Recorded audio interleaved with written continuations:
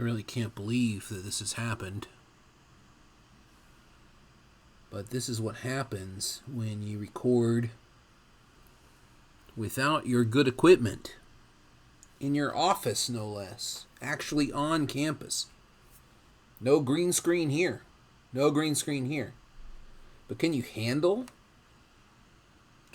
these two perspectives at once? It might be a little too much.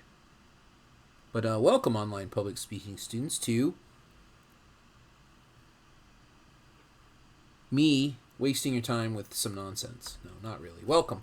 We're coming close to the first speech deadline. I hope you're thinking very carefully and very confidently about the speech that you're going to present on Go React due before midnight, October 6th, I believe. Go check the Go React site. All the assignments should be up there for assignment 1. You might have a lot of questions. I'm here for you. You can reach out to me on Discord. You can reach out to me on email. You can do whichever you like.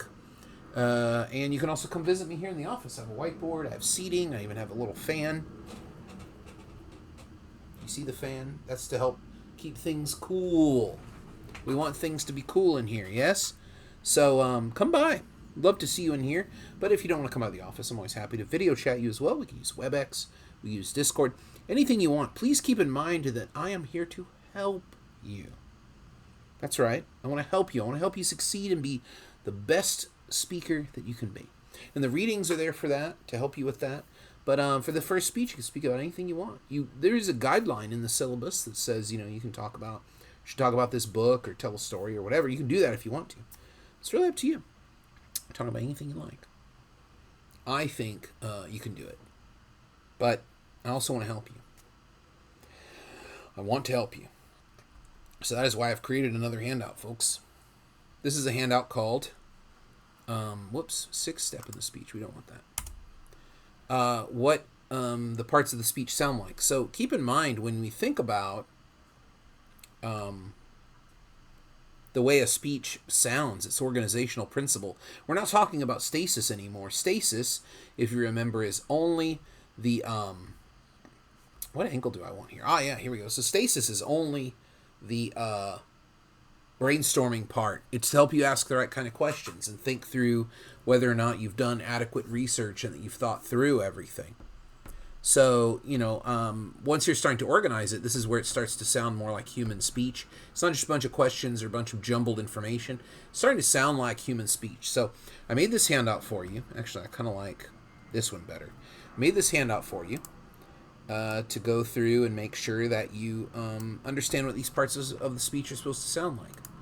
So let's go through this. I keep putting these numbers in here because I'm hitting my keyboard when it's actually on this thing and not on OBS.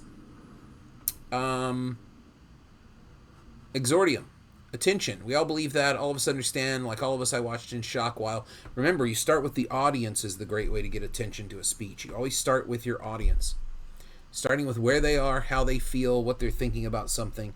That is the most important thing you could do to get and keep and hold attention. Orientation. Many understand this event as blank.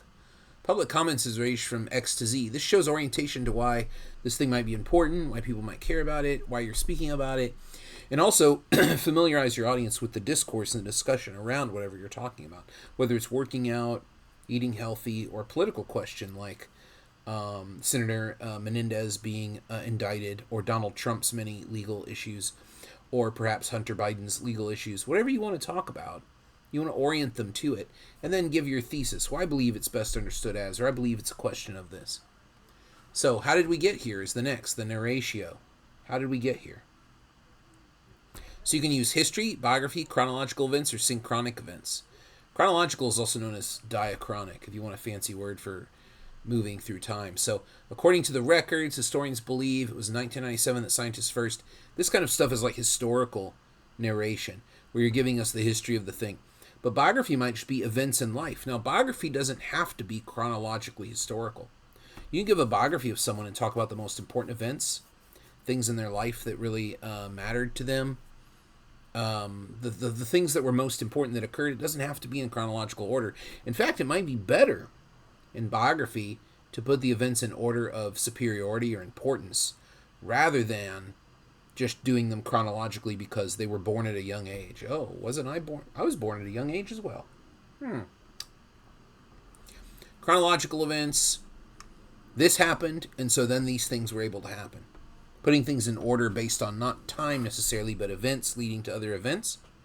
Or synchronic events. The case of the Gilgo Beach murder started with a separate case, which is true. So that one is an event close to it started that investigation into new ground. So I think that's kind of an interesting way to talk about narratio. Or giving the facts. And the facts are the most boring way to do it. I would try to avoid that, but sometimes you have no other choice. You're kind of stuck with that. Partitio, your take. So you can either do divergent, convergent, departure, or arrival. Those are 4. There's more to come. There's plenty of more to come. I have a lot more to offer to you in the terms of this. I hope I didn't just put a 1 into my document here. Oh, I did. I'm going to have to watch this. This is very, very, very dangerous to do the scene switching without clicking over here first. There we go. Okay, now we're good. All right, so I'm learning how to be a good camera operator for myself. It's coming together nicely.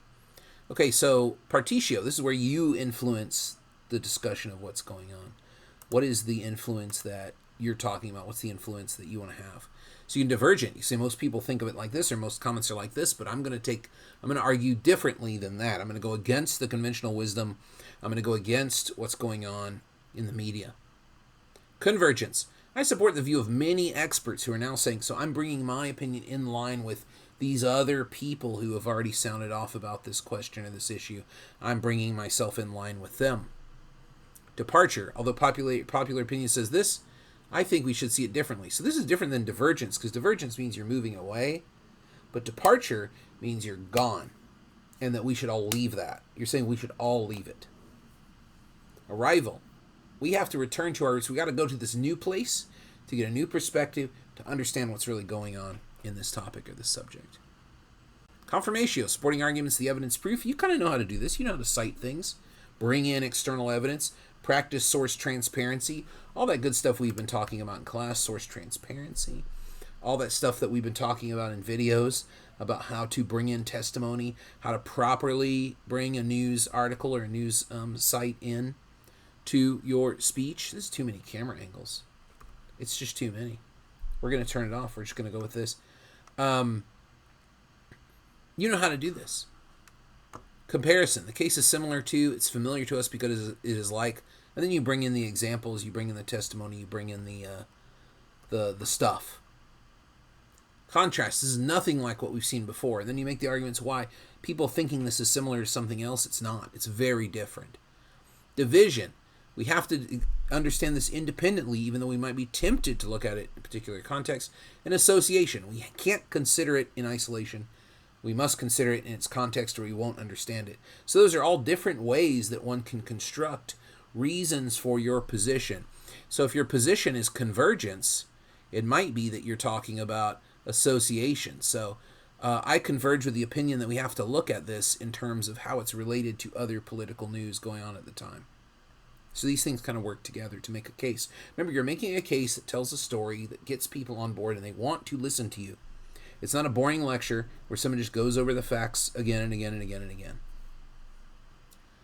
Then you get to the conclusion, reminders of the exordium. When we think back to where we started the speech, or where did we start our investigation, make it a part of make them a part of your speech. They are with you on the investigation. As I've proven through this speech, restate your thesis. Use different words, bring it across, make it sound really interesting. Summary of the vital points and the strong finish. Usually in a peroration, the strong finish is like, it could be this, it could be that, but it's really both. And that's like one of the traditional ways that partitios, peroration, sorry, I misspoke. That's one of the traditional ways the perorations are offered, is usually, well, it could be this, could be that, but really it's both. So it's like a both and instead of an either or, but you might present it as an either or and then say, but it really requires both. So this handout is going to be available to you immediately after this video is posted. So go take a look at it on Canvas. Go take a look at it on, where is it? Where did it go? There it is. Go take a look at it on Canvas. You print it out, take a look at it. And this will give you some sense about how to phrase it, because I think maybe one of the concerns you might have is, how do I phrase what I'm saying so that I sound good? Because speech is all about presentation. In fact, the things in rhetoric that we think of as factual, correct, persuasive, and true are there because they sound factual, persuasive, correct, true. They sound good, they're presented well, and they carry with them the weight and the feeling of being right. And that is 95% of the class. 5% is going to look stuff up. Well, actually, maybe 20% is going to look stuff up. I'm not really sure where I fit on that or sit on that, but I think phrasing, oftentimes for new students in this class, the phrasing, the articulation of the speech can harm your really good research and evidence. You underplay it. So I'm going to be looking for that when I evaluate speech number 1 over this next weekend. So a week from Friday, by the time this video is posted, you'll be doing your speech. Now, think about where you want to shoot it, how you want to shoot it. You can upload videos shot from other devices or other places into GoReact, or you could film directly into GoReact. It's really up to you. Think about that. Think about how different things can be. Think about camera angles. Think about how, should you edit it and upload it? These are all things you can think about. It's all available to you. And of course, I'm available to you with any questions you might have, and I'm here to help. So please consider me a resource as someone who wants to see you succeed. I'm not here to grade you or drag you down or tell you you've done it wrong. I'm here to help you do it better. So please keep that in mind. I look forward to seeing everything you guys come up with on your first assignment. And until then, goodbye, goodbye, goodbye.